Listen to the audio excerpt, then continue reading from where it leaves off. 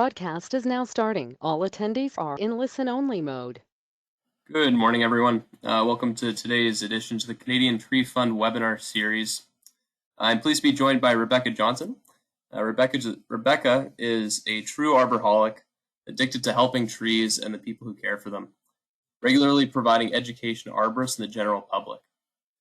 She was recognized with the 2020 ISA President's Award for her work with women in arboriculture. And her credentials include the ISA Certified Arborist, the Tree Risk Assessment Qualification, and the TCIA Certified Tree Care Safety Professional. Pleased to have her joining us today to talk about branching out, creating a women's network in the tree care world. Take it away when you're ready, Rebecca. Thanks, Alex. I appreciate it. I'm so excited to be here. As Alex said, I'm Rebecca Johnson, and I'm an arborholic, addicted to helping trees and the people who care for them. So a little bit about me and my background. I have a degree in forestry that I received many years ago, but when it came time to find a job, I didn't have a network. I didn't have a network that I knew how to use, and I didn't have the support of my college to find a job. So I ended up dropping out of the field and spent some time as a legal assistant, which is a good job. It pays well. It's easy to find a job, but it didn't really feed my soul. It didn't make me happy. Most days I would wake up really sad that I was going to have to go to work. But I stayed connected to the tree world through my spouse, who was an arborist and urban forester, and through different volunteer activities, Texas Master Naturalists, and etc. I was finally able to get back into the field in 2013 after I got my Certified Arborist credential in 2008, so I still had 5 years of struggling to get back into the field.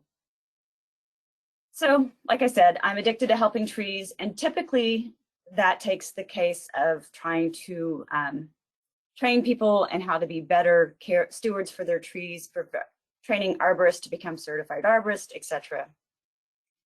But I also spend a lot of time empowering and recruiting people into our industry. So for the past, more than 2 years now, it's been 2.5 years, it's been my pleasure to host the Women in Trees Zoom chat hour.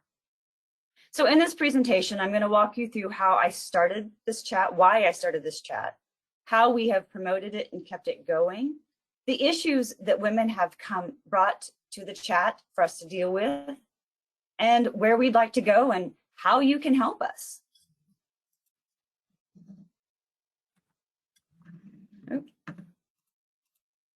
There we go. So how we got started. Each year at the International Conference, ISA hosts a networking event for women in arboriculture. Women and allies, co-conspirators are invited to attend for a smallish fee, and this fee basically covers the cost of the food and drink. So my first time attending was in 2013, and that was right before I was transitioned back in the field. I had been applying for jobs left and right and hadn't had any bites. And I was really feeling discouraged. I was feeling it was never going to happen and that this was my life. And I was feeling like it was very much about me and that I was just personally flawed. So I went to this networking event and I really didn't want to go. It was an extra $50. And I wasn't in the field and it felt like $50 that was wasted, but my spouse insisted that I go. He said, if I'm going to take you to Toronto with me for the conference, you have to go to this event. It was my 40th birthday. I was really upset that he was going to Toronto without me. And he's like, you got to come with me, but this is the situation. You have to go to this event. So I heard the speaker that year, I believe the speaker that year was Melissa Levangie, and she basically got up and talked about my story, talked about having a degree in forestry, not being able to find a permanent job in forestry, but then she found arboriculture and found a home. And I realized that here I am, it wasn't about me. It was about the place I was. It was about the time. And it was about not knowing what was out there for me. Had I known when I graduated with my forestry degree that there was such a thing as urban forestry or arboriculture, it would have made all the difference in the world. But I didn't know, and I didn't know what I didn't know. So I went to the conference every year, went to the Women in Arboriculture networking event, and moved from a breakfast to a happy hour to a lunch. And after the first 2 years, Dana Karcher came to me and she said, hey, you know, I'm busy with other stuff. I've suggested that you step in to help organize this breakfast and help find the speakers and help organize the event. And it humbled me that Dana thought so highly of me that she would do that. And so every year I helped organize it, and I was really looking forward to it every year. For this, for me, was all about a revival. It helped renew my spirit. I was telling Caitlin earlier, when I first got back into the field, because I was 40, it was 2013, I felt like I had to make up for a lot of lost time, and I really threw myself in very hard and fast, and I started burning out. So this event helped me when I was burning out. It helped me deal with some of my frustrations and my burnout. So it was very important to me. But then came 2020 and COVID. And I realized that all the in-person events were canceled. And that meant my revival, my annual revival that was so important to me, was also going to be canceled. And I was really sad and disappointed and kind of scared a little bit, to be honest. So I started talking to all my friends. I talked to Dana Karcher, Natalie McNeil, Kirsten Snyder, Laura Schumann, Dana Quello, Danae Jackson, and my spouse. And I'm like, what can we do? I really need this. My spouse said, hey, you know, you have a paid Zoom account. You have been transitioned to doing your presentations, your trainings via Zoom. You have a paid Zoom account. Why don't you just host something via Zoom? Why don't you make it monthly? I said, I don't think anybody's going to want to come monthly. Come on, nobody's going to care. We'll be lucky to have anybody show up. But I said, okay, sure, whatever. I put it out there. I put it out to all of my network on all my social media accounts. And we had people come. There wasn't a whole lot of people came that first one, but there were enough people came.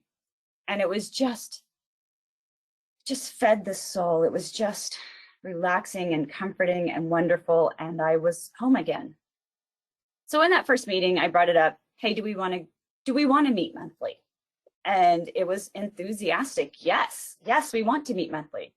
So we meet the second Tuesday of the month at 6:30 Central, because I live in the Central Time Zone. And that felt like it would be about the easiest way to, the easiest time frame for people to work. It's 4:30 on the California coast, so they're kind of close to getting off work. It's 7:30 on the Eastern coast, so they're not quite going to bed yet. So it felt like about the best time. We were going to go, it was going to be an hour long, no big deal. A little happy hour. Yeah, typically it runs for 2 hours, and I'm wrapping it up and saying, hey, you know, I've really got to go. I've had my spouse kicked out of our room because my studio is in our room. He'd really like for me to wrap this up so he can start doing some things. So I really have to give lots of thanks to my spouse for being so patient. And because it's been monthly, it's also happened when we're traveling. And so he's also had to be very patient that I'm taking over our hotel room to host this. I also need to thank Natalie McNeil and Kirsten Snyder, because they co-hosted and they handled it times when I could not handle it. My son's 21st birthday, I didn't want to miss out on that birthday and the family time, so they stepped in and co-hosted it for me. And then when I was in Malmo in Sweden for the ISA conference, I wasn't going to stay up past the 2:30 or whatever it was that time, so they came in and hosted it for me and took the notes for me that I use. So I have to really appreciate them. We've tried to make it really clear that the chat is come and go. Come when you can, leave when you need to. Don't ever feel like I didn't get there at 6:30 Central, I shouldn't come, I'm already late. Show up when you can. Like I said, we typically run for 2 hours. So if you're showing up at 7:30 Central, you're not too late. You'll still be able to participate. So once it was clear to me that this was going to be a monthly event and people wanted it to be, I wanted to make it easy to access and for people to promote. So I set up a recurring event in Eventbrite. I did Eventbrite because I was using Eventbrite for my training. So the core group sent it out to their friends and coworkers, posted it on all the social media accounts that they had. And we started fine-tuning the language that we wanted to use to promote the chat. We wanted to be clear that we were open and inclusive to all femme presenting folks. The next month, more people started joining us. We realized that we were calling it Women in Arboriculture, and we weren't necessarily wanting to strictly be arboriculture. We wanted to make sure women in urban forestry and traditional forestry also felt included. So we changed it to Women in Trees. And we decided we are changing the world one tree and one woman at a time. In February 2021, I decided that all my notes that I had been keeping in chat needed to be shared with the wider world. So I launched a newsletter that contained a summary of our monthly meeting, any links that we had shared in chat, any of the upcoming events, and a call to action to share the word to other people.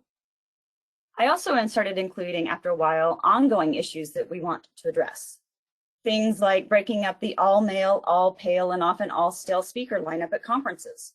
We wanted to make sure that women were encouraged to speak and encouraged women to also ask for conference organizers to reach out to women wherever possible. And to make that as easy as possible, we decided to start a Women Conference Speakers list. We're still building it. It's going to always be a work in progress, but we have this list for people to reach out to us. One of the things I'm really proud of personally is that I was chair of the Texas Tree Conference here in Texas this past year. And our theme was the changing seasons of urban forestry and arboriculture. And I went to my committee and I said, I'm going to give you a really big ask. I really want to challenge you to try to find women and people of color as speakers. Think outside the bark, haha, and see if you can find a woman or a person of color that would present a topic that fits the theme. And they over-delivered. They delivered beyond my wildest expectations. It was fabulous and it was amazing. And it was one of the first times that I went to a conference and I saw so many women that looked like me on stage. Currently, I have 298 folks on my newsletter list. It's still growing, it continues to grow. It's not just women on the list, it's men too. And I have folks that can't join the chat, especially the men. They send their resources. You know, oh, I saw that you discussed this in the news in your chat. Hey, here's a resource for you to share with the rest of the group. Sometimes I hear, or a lot of times I hear from women, wow, I thought I was the only one going through that. I had no idea there were other women that were going through that. Oh my goodness, I feel so heard and validated. And the other thing the newsletter helps to do is it helps to dispel the myth that all we are doing is griping and complaining, that we're just getting together as a group to complain about men and all the horrible things that men do. That's not what we do. So, okay, I told you that's not what we do. What do we do? So what is our chat? Well, mainly it's a support network.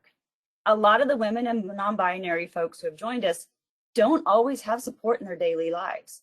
Sometimes they've never worked with another woman in their tree care field, in their tree care career. They get to see that they're not having to blaze a whole new path all on their own. Women come to share their wins and their new jobs. They share about this new training program that they heard, or maybe that they developed. They also do share their frustrations, and we have a community. We've created community.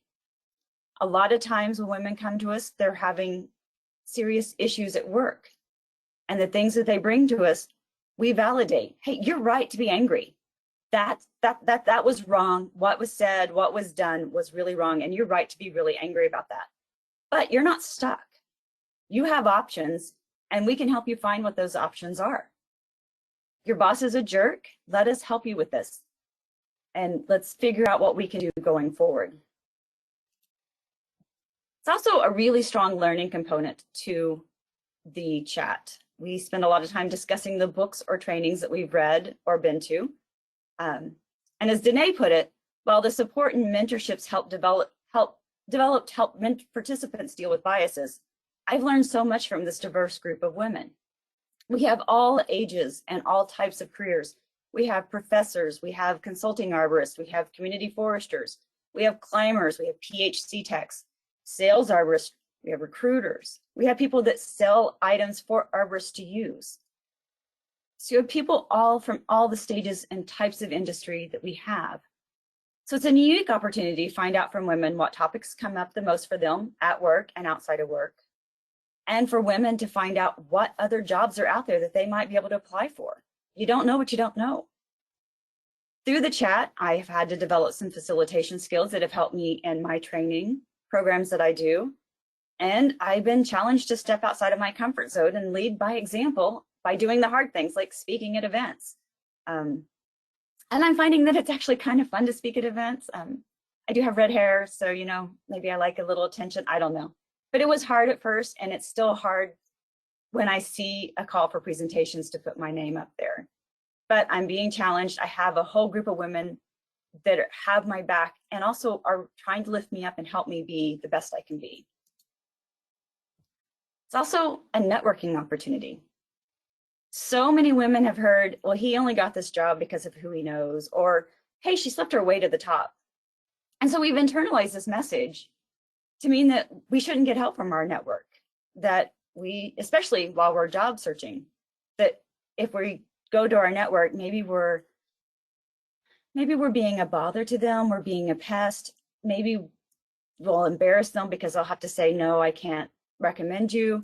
So we get really nervous and we don't go to our network. When I first started out, I didn't go to my network. I didn't have a big network, but I had some people, but I didn't go because I didn't want to hear, oh, she name dropped. She only got this job because she knew that senator or whatever. I was afraid to use any network. I didn't know how to use a network. But the great thing about this chat is that it's this informal networking. You're just chatting one-on-one with people and getting to know people. And then they drop, hey, I hear there's this job opening and I think that, somebody should try for this. And oh my goodness, Carrie, I think you'd be great for this job. Or Liz, you should apply for this job. And then we also encourage women, hey, reach out to us, find out, reach out to anybody on the chat. We can help introduce you to other people, or maybe we can help you find out about the work culture in various companies. Maybe we think this work culture won't be a good fit for you and we can help you see why. And then you can decide, I'd like to try it anyway, and we have your back on that. It's all about women helping lift other women up. The other thing for me on this chat was it was such a unique opportunity to find out what topics are coming up in work and outside life. Most of our participants are in North America. We meet at 6:30 US Central Time.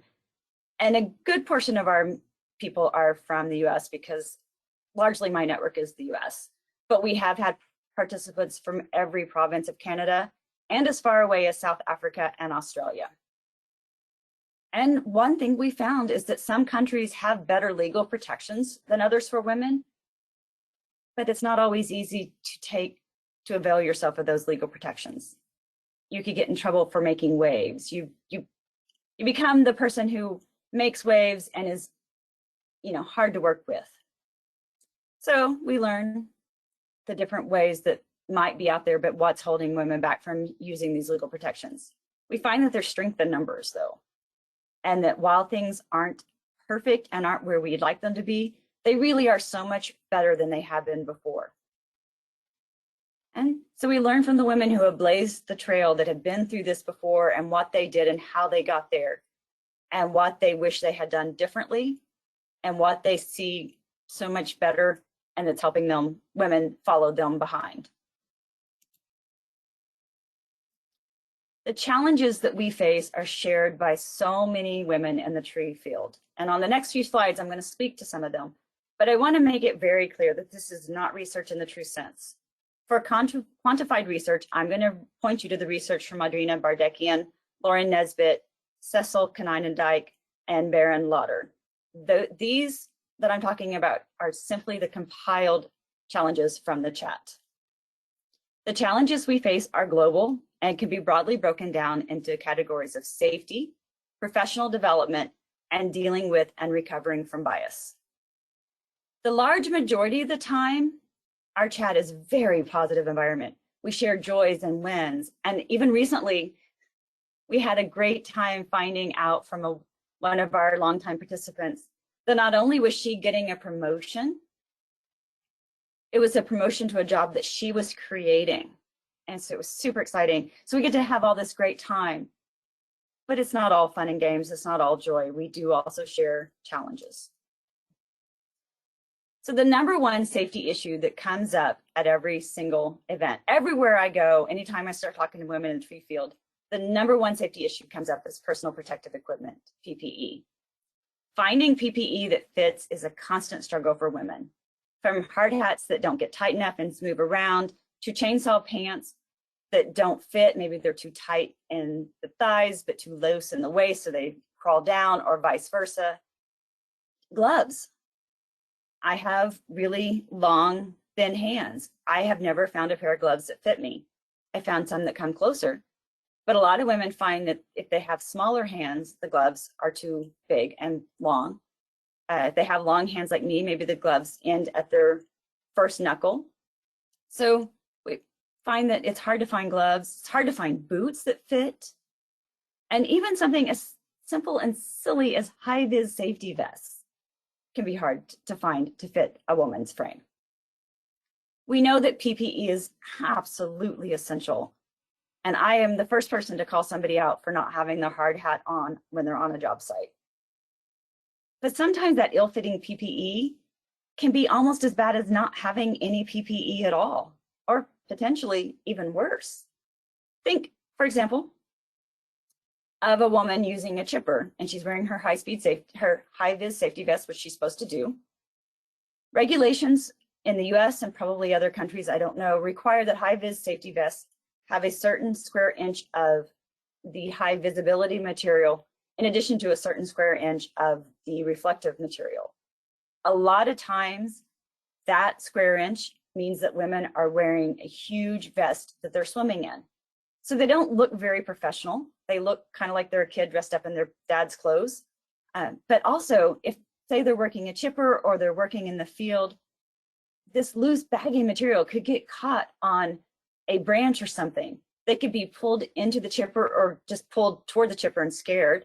Or if they're failing a tree in more of the wooded area, they could be caught by a branch and not be able to get away like they should. So we find resources to help women find the properly fitting PPE, or things that we've done that help the PPE fit properly, but doesn't compromise the safety of the gear. Another thing that comes up is that consulting arborists, inventory arborists, and urban forestries often are working alone in the field. I'm a consulting arborist. I go to a site to do a consult. It's just me by myself.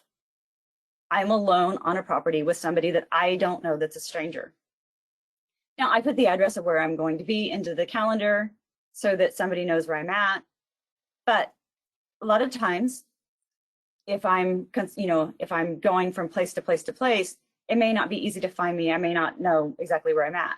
So sometimes it can be scary. You're alone out there in the field.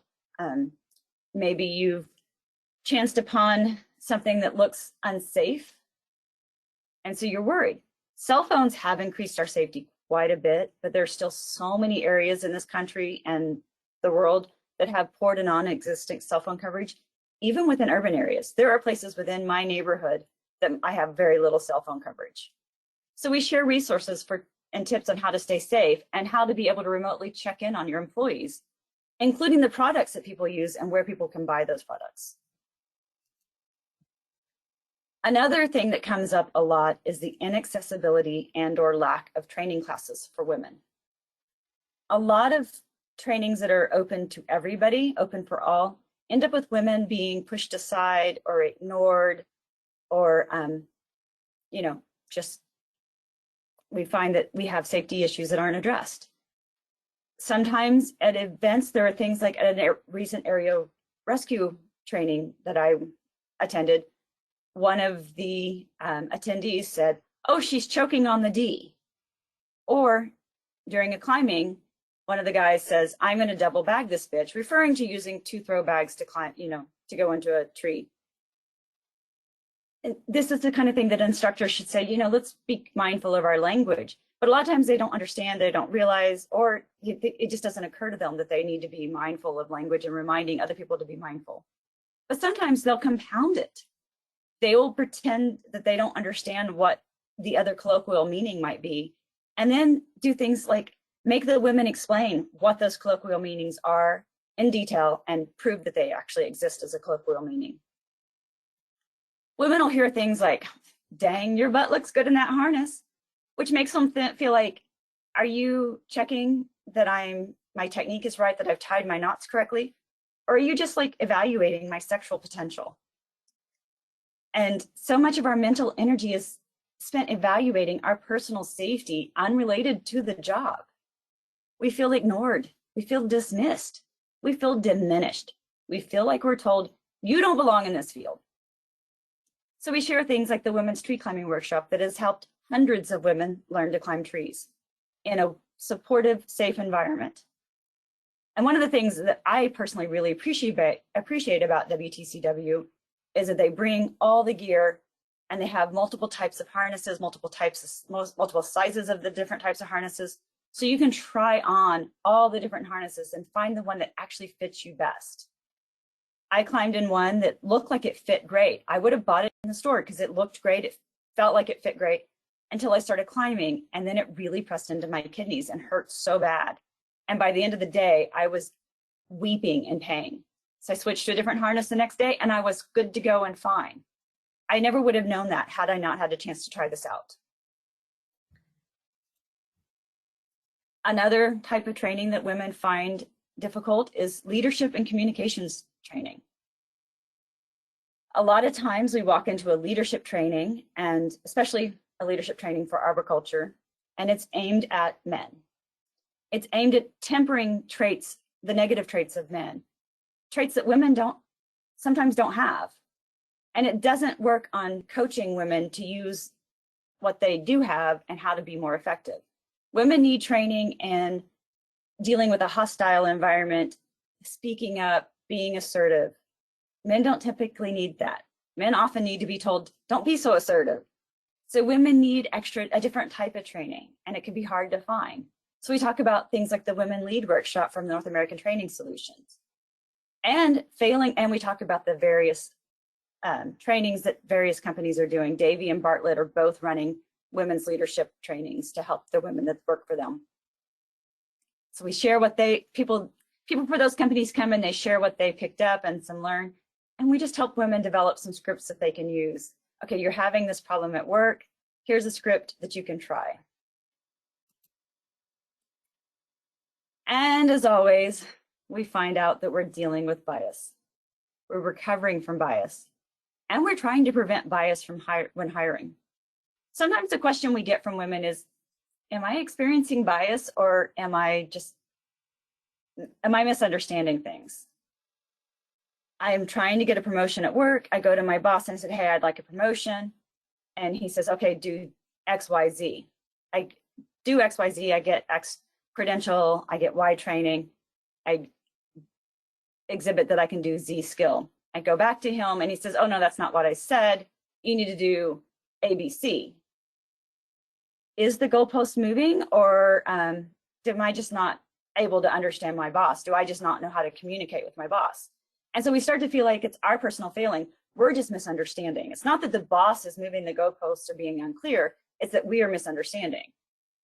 But you come to the chat and you start talking and you realize, oh, other women are told the same thing. It is about the goalposts being moved. As we find out, this isn't something that we did. There's nothing we can do that's going to fix it. Sometimes the culture is just too difficult to change. Sometimes women need to be told, hey, your boss is a jerk. You can't change him. That's not on you to do. You cannot change him to be a better person, and it's not on you to do that. It's not on you to help to change the culture. We can help you find a different job. And a lot of times, just hearing, hey, it's not my fault, there's nothing, it's not on me to fix this, it's not my responsibility to fix it, is enough for women to say, I'll stick it out. Now that I'm not questioning myself constantly, I can do this, I can be fine. And they stick it out and they come back in a few months and say, hey, since I've been realizing that it's not on me to fix things, it's it's gotten better at work. And I can see that the culture is starting to change as some people have transitioned out and new people have transitioned in. I'm so excited, and I really appreciate that I was able to get out, that you were able to help me get outside of like, this is my failing and I need to fix myself. One of the hardest things for me in chat was there's a man that does a lot of training, goes to a lot of conferences, that I've defended in the past for things that he's said to men, things that he's done, because I was convinced this is a good guy. He says all the right things at conferences. Well, I find out, one of his employees comes and I find out he's one of those that moves the goalposts on women. And I was like, whoa, my goodness, blows my mind. And it's been really hard for me to come to this, like realizing, you know, what you see at conferences isn't really the real person. And it's really sad. And it's been really hard for me to deal with that. And I wanted to kind of give into that, like, oh, she's just misunderstanding. It's just her. No, he's a good guy. But I wanted to be part of that whole believe women. And so I listened to her and I realized I don't even have to try to be part of that. I do believe her. She's telling a story. And then I started thinking about other women that I knew that had worked for him, no longer worked for him. And I reached out to them privately and I said, hey, I just want to talk to you a little bit. I just want to catch up with you because it's been a while, but also I just kind of want to talk to you. And I find out, yeah, this is something he's done consistently. And he's still a trainer. He's still very well thought of. And it's really hard for me at times to see this, and I'm not going to name names. For the people that are hiring, we share resources for writing job announcements that are going to help encourage women and people of color to apply. Because it's so important. They can't hire women, or they can't hire people that aren't applying. And then if some of the language and job postings maybe is more exclusionary than we realize. Maybe we're not focused in on what we're saying. So we share resources to help make sure the job announcements are inclusive. I want to talk a little bit about the idea of gender bias causes a trauma response, especially in the people receiving the gaslighting feedback, but also in women that are just viewing this gaslighting feedback. Gaslighting is minimizing, invalidating, and dismissing concerns. It calls your reality into question, and it causes psychological harm and creates a toxic culture that women feel helpless in. You have this toxic culture and you're part of the toxic culture and you feel helpless. So you create toxic coping mechanisms. Maybe you're trying to fit in and you share the jokes using the gendered insults. And then you realize that you're part of the problem, and then you feel really bad and you feel guilty because you've made it worse. And so it changes, you get stuck into this whole little psychological harm feedback loop that you are feeling bad about yourself. And you get stuck. So a personal example for me of how bias changes mentality is when I was in college, my senior year, I was an excellent student. And so I had excellent grades. I had been active in different organizations, clubs. And so my grades put me in the running to be a top 10 senior of the College of Ag and Natural Sciences. One of my professors pulled me aside and he says, hey, I need to tell you, the department voted against you to get that award. I said, I'm sorry, wait, you did what? Yeah, we voted against you because we just feel you were only here to find a husband. I had started dating a classmate. We were engaged. We actually got married the day we graduated from college. Yeah, we just think you're only here to find a husband. Now, they didn't say a word to him about you're only here to find a wife, I guess because forestry. They didn't hold it against him that he was dating a classmate, but they held it against me. And I honestly thought, wow, I gave him this ammunition to use against me. And that hit me hard. So then later on, finally, I started meeting some other women that graduated from the department and found out that, yeah, they were also denied awards that they earned. And they weren't given the same excuse that I was given. They had a different excuse. It was always something different, but it was always a woman. And it was just, I realized, oh, it was never about me. It was never personal to me. It was just that I was a woman. They wanted to make sure I knew I didn't belong. So I know this, and I'm aware of this, and I've worked through this multiple times. But even still, I'm so hyper aware of the fact that I'm married to a man who is very active in urban forestry and arboriculture.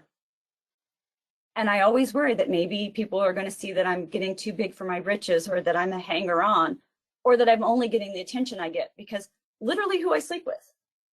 And so it affects me in lots of different ways. And it's something I have to fight on. And it goes back so many years ago to this trauma of being told, you don't belong here. You were only here to find a husband. Okay, that was hard. So let's move on to something else. What about positive bias? So like things like, your boss says, hey, you have, your feminine wiles, your people skills to sweet talk a customer into hiring your company or paying your bill. Hey, women do. Women typically have greater emotional intelligence that helps us excel at sales, PHC, and other customer-facing jobs. It can be an asset. But we can also find that we're pigeonholed into these jobs. Yeah, we like them. We enjoy it. We like being good at something. But maybe we want to become a climber because climbers make more money. But the boss is like, well, I get that, but you're more valuable to me in this job, even though I'm not going to pay you what the value that I tell you you are. And I'm not going to let you go through this training to learn to climb because that's not the job I need you to do. So we're asked to be this more public face. We're asked to look nice, wear more makeup, be pretty, smile more. But then at the same time, we're told, well, we can't promote you because you're not willing to get your hands dirty, or you just don't get your hands dirty. We're told things like, oh, you're too sassy. But we're also told, well, we didn't promote you because you don't speak up enough. You don't put yourself out there. We're told to wear more makeup. Then we're told that, oh, the makeup and the eyelashes that you're wearing, those are safety hazards. So it can be difficult. It's great when it's what we want. And we are very happy about that. We just want bosses to be aware that sometimes it's not all we want. That brings me to the Changing the Face campaign. All the pictures that you have seen here so far are the pictures we used to promote the chat, and they're all presented by women. I get them from women. They send me their pictures. And most of the time, early on, the pictures were of women climbing trees because we feel powerful. We love climbing trees. It's empowering to climb a tree. But I realized if you can't see it, you can't be it. Number one, women don't know what if they can't see that there's a job out there, they don't know that they can do that job. But one of the things I realized even more, if an employer can't see a woman in that job, you can't be that job. As recently as November 2021, I heard an employer say he had never seen a woman climber. And the idea was ludicrous to him. He couldn't figure out how that would even work. Climbing is so physical, he says. There's no way women can climb. Now, I don't want you to be angry at him. That was a very vulnerable moment. And it was an important moment because he was recognizing that he had a bias, and he was being vulnerable enough to share that he had a bias. And he has worked hard to address that bias and has been to different events and learned more about women climbing and realized, wow, women are really good climbers. So it's great. But if he hadn't come to that event and had it come up and had people talk to him, if he had a female employee who said, hey, I want to learn how to climb, would he have been willing to do it? We don't know, and he doesn't know, because implicit bias is so sneaky. It takes this real self-awareness to say, I have this blind spot I need to address. So the Changing the Face campaign aims to show women of all demographics and in all aspects of the tree work, such as Shannon here, working a prescribed fire. The pictures are submitted by the women, and I want to make sure that they're always good pictures and positive pictures. So I have pictures of women running the ropes, of women consulting arborists, women climbing trees, supervising, being up in a bucket truck, running the ropes as ground crew, planting trees, women doing science, and women teaching and inspiring, women doing injections, women stump grinding, air spade, everything that I can get a picture of. I like to show that it's a woman doing it, to prove that women can do the job, and for other women to see, hey, I didn't know that job existed. This is a job I'd like to do. So let's talk about creating a group like this. The most important aspect of creating a group is creating the safe space. The first hour of the chat is just usually just general chit chat, getting to know each other, talking about the weather, talking about books that we've read. And after that, I start trying to wrap it up, or at least act like I'm trying to wrap it up. Because honestly, when I start to wrap it up is when the vulnerability starts to happen. When women say, oh, I don't want to go before I get to talk about X, Y, or Z. So for now, creating the safe space has meant that we typically don't welcome men into the chat, or they're there for a short while and then we ask them to leave. And it's not that we don't think men should be there and be part of the conversation and share our stories. It's just that women are so used to being ignored, dismissed, and diminished that we often don't tell our stories when there's men around. Such as, you know, my partner was talking about how good my butt looked in that harness. A man might say, well, it was a compliment, or that was a joke. You know, choking on the D was just a joke. Come on, take a joke, take a compliment. And they just can't understand what it does. And so because we're so used to men saying things like that, we just don't even talk about it. Even around the men that we know would be supportive of us, just because we've just internalized this, that we're going to be dismissed, that it's going to be laughed off as a joke. So is it a compliment for your coworker to hit on you by telling you your butt looks good in that harness? Or is it a reminder that your coworker is just always evaluating you as a potential sexual partner? Is it a compliment to get hit on at a conference? Or is it a reminder that a woman in a professional conference is just a woman who happens to be at a professional conference, not a colleague? So men often say, hey, I would love it if women would hit on me at conferences. That's how great is that? I'd love it if women told me that they thought I looked sexy in my harness. Which, okay, maybe they would, but they don't understand that it's safe for them to be objectified in that way. They're unlikely to be physically assaulted by a woman. Not that it never happens, but it's unlikely to happen. And it's incredibly unlikely for the boss to say, oh, you can't go on that overnight disaster response crew because you'll distract the crew. That happens to women. A lot of times when we are on a job site, crews, if a crew member forgets their PPE, they get to wear the pink PPE, because those gendered insults, that's a gendered insult. It's seen as an insult to be feminized. So women see this and we internalize it, and it becomes stereotype threat. It activates a portion of our brain that makes us where we're focused on proving that we're as good as men. So we end up with all this energy proving, and we end up taking risks that we wouldn't ordinarily take, that we know we shouldn't take, just so we can prove ourselves.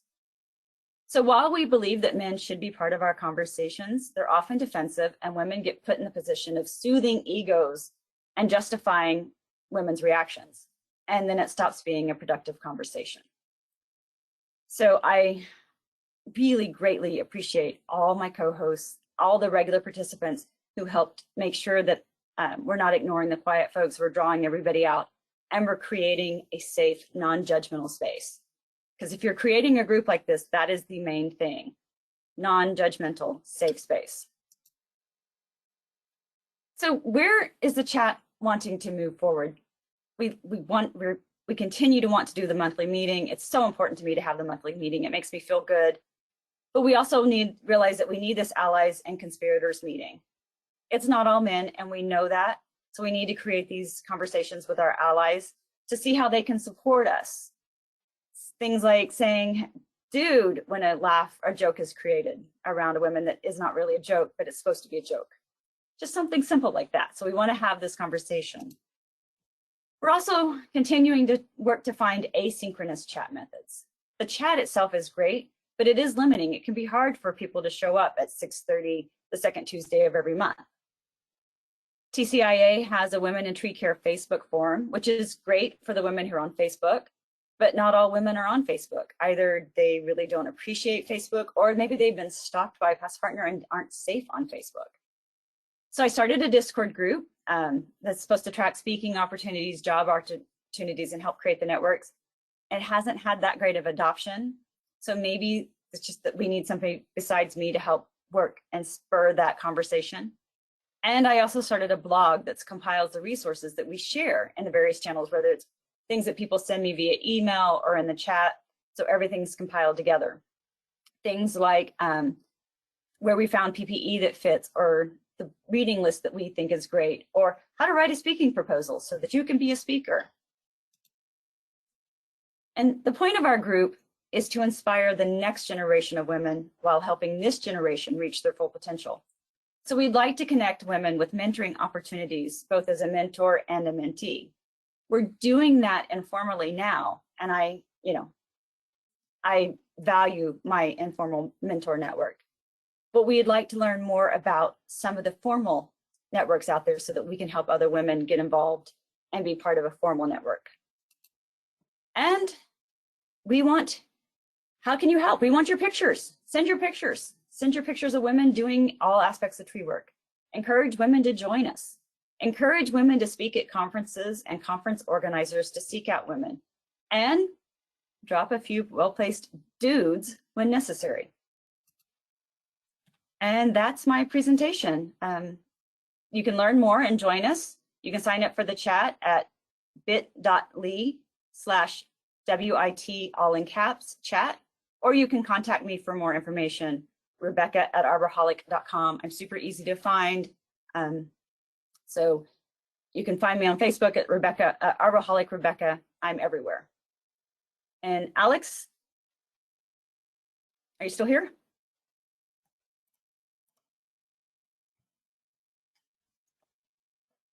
There we go. Awesome. Thank you, Rebecca. That was terrific. We're also going to be joined by Caitlin, and Caitlin's going to help moderate. But if people go to the pane on the side of your screen, and you can see a chat option, you can see a questions option. And if you have any questions, you're welcome to submit them. And Rebecca and Caitlin can work their way through. I'll start out with a question, Rebecca, if that's okay, which is, what do you see as the role of organizations like the ISA and TCIA in one, kind of providing more area of discourse around this subject, but then also making sure that in trying to create a professional membership organization, that people are actually held accountable for their actions moving forward? Yeah, that, like, I mentioned the trainer that I know of that is well known and the issues that I have. And that's something I struggle with. I'm not sure, because there's liability issues. There's issues of, I personally can't go and say, hey, this person is a jerk this way, because it's all hearsay for me. So I think mostly it's about promoting and helping create more women-centric trainings, whether there's women only open to women or not, whether you bring men in, but make them more women-centric, and just helping women see what they can do to be empowered. It's hard though, right? Audrina's research, when she presented her research at ISA, there were people in the audience. There was a woman that stood up and said, it was like that in 1985, we just have to get used to it. Like, we have to give the men time to adapt. I'm like, 1985, most of us were either, a lot of the people weren't even born yet, and the rest of us were very young. I think the men have had time to adapt. But they did give Audrina this platform, and that was super helpful. It made a big difference to me to hear Audrina's research.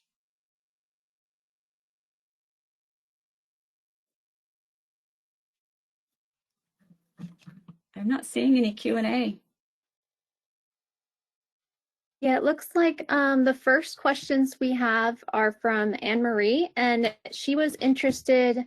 She says she's not on Facebook or Instagram or Twitter, but she was interested in learning the Discord channel information. Is there a place that folks can go to get that? Email me and I'll send you the link.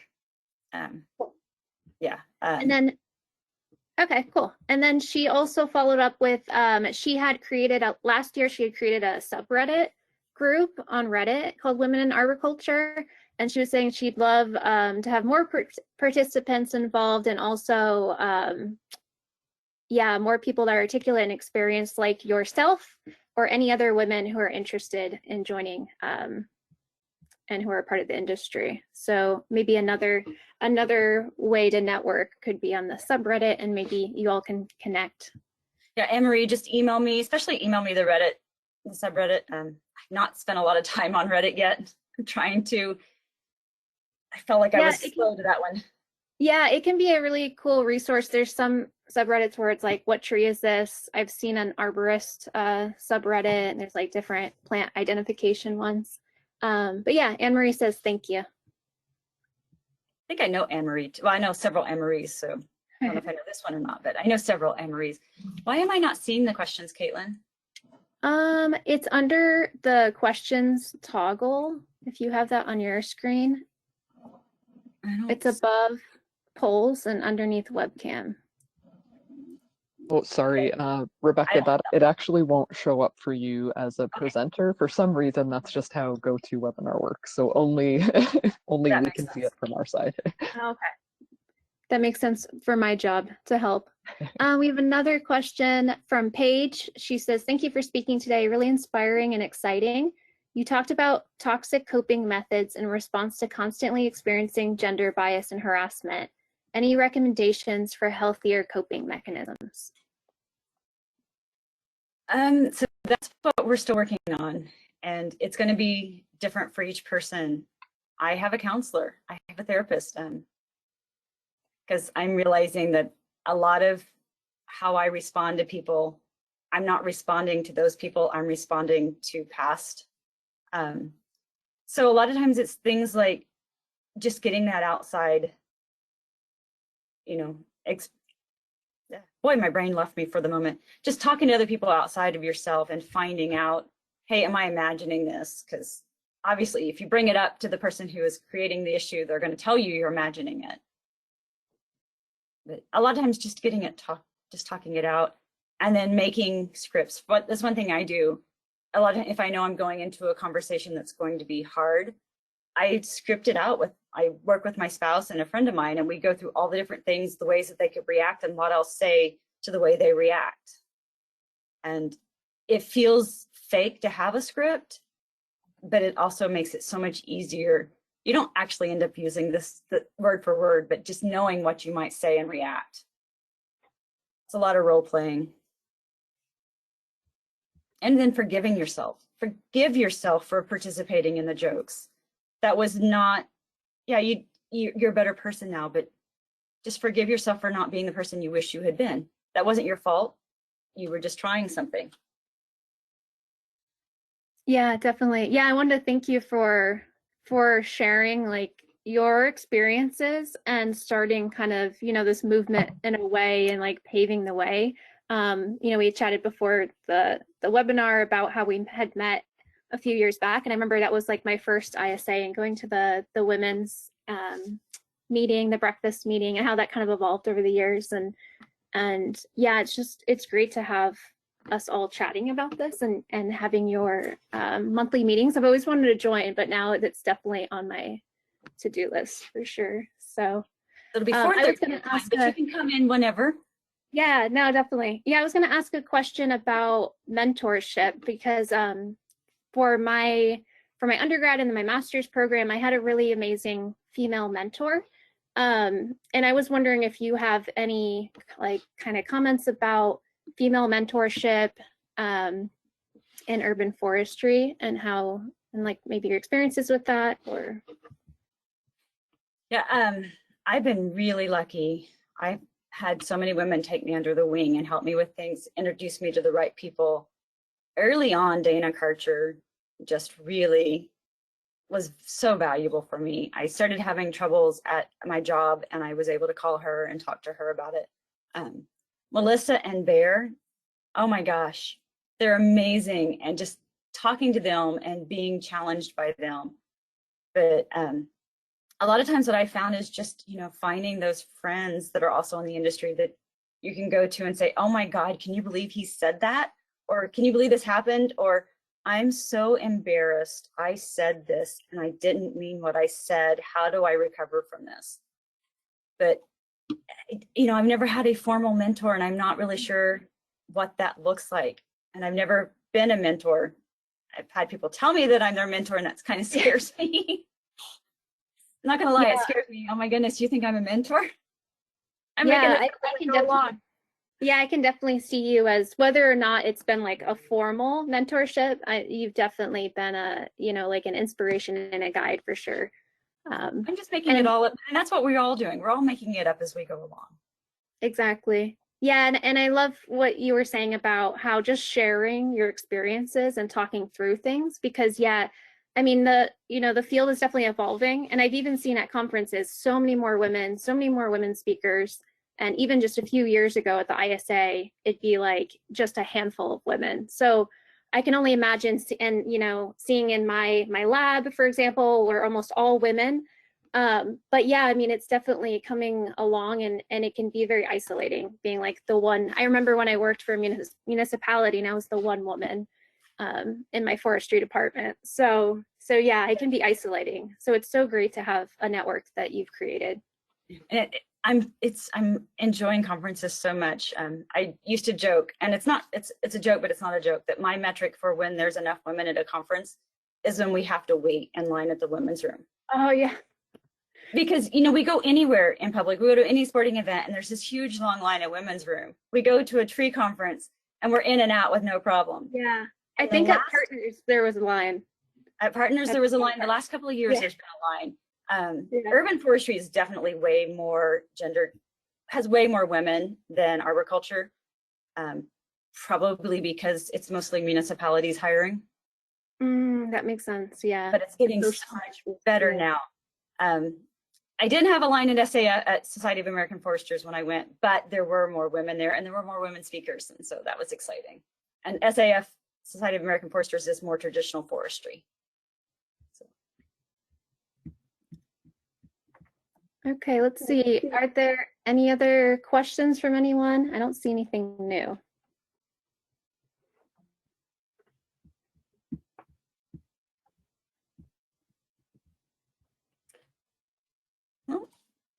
It looks like it's that time, so I do want to say I really appreciate the opportunity. Alex, thanks for reaching out. Caitlin, it's good to see you again. Yes, I'll be in touch for sure. Love to follow up and chat. Rebecca, I have one last question to end it off with. Okay. Given that there's likely to be early career professionals, students, young budding arborists coming into industry who are going to watch this webinar, what kind of closing piece of advice would you have for people who are perhaps concerned or have had difficulty finding jobs so far? So I encourage them to reach out to the network, get to know as many women, go to conferences as much as you can afford to, find informal networking events, things like the chat. There's different events. Join your local ISA chapter and get involved with them. And just be willing to just put yourself out and meet people. Ask arborists, if you want to be an arborist, ask an arborist, can I go on a ride along? If you want to work for urban forestry, ask an urban forester, can I go on, do a ride along with you? And see and get to know people. And it's amazing. There's this research that shows when you ask a favor from somebody, they think more highly of you. As you know, humans, we think if I ask them a favor, they're going to feel like I'm frustrating and annoying. But the research actually shows that if you ask somebody of a favor and they do a favor for you, they have this greater respect for you and they're willing to promote you and help you out as much as they can because they don't want to admit that, oh, I helped somebody that isn't a good person. So asking for a small favor, such as like a ride along, can go a long way to helping get them to say, oh, hey, you're looking for a new arborist. I just met this woman who was fabulous and I think you should meet her. So basically, it's just try to get out there, and it's hard for introverts, and I know and I understand, but you know, we're a fabulous group of people, tree people. Awesome. Well, that's terrific. Thank you very much, Rebecca. Right, we are starting to now draw over time. So with that, I'd like to once again thank Rebecca for coming out today for a wonderful presentation. I think this is a topic that we don't really hear discussed enough at conferences and in the current encapsulating discourse of arboriculture. So that's fantastic. And thanks for everyone who attended today. And as Bridget said in the chat, you'll receive your CEUs automatically, and they'll be put into your ISA account. So with that, thanks Rebecca. Thanks everyone for joining us, and have a good rest of your day. Thanks, Alex.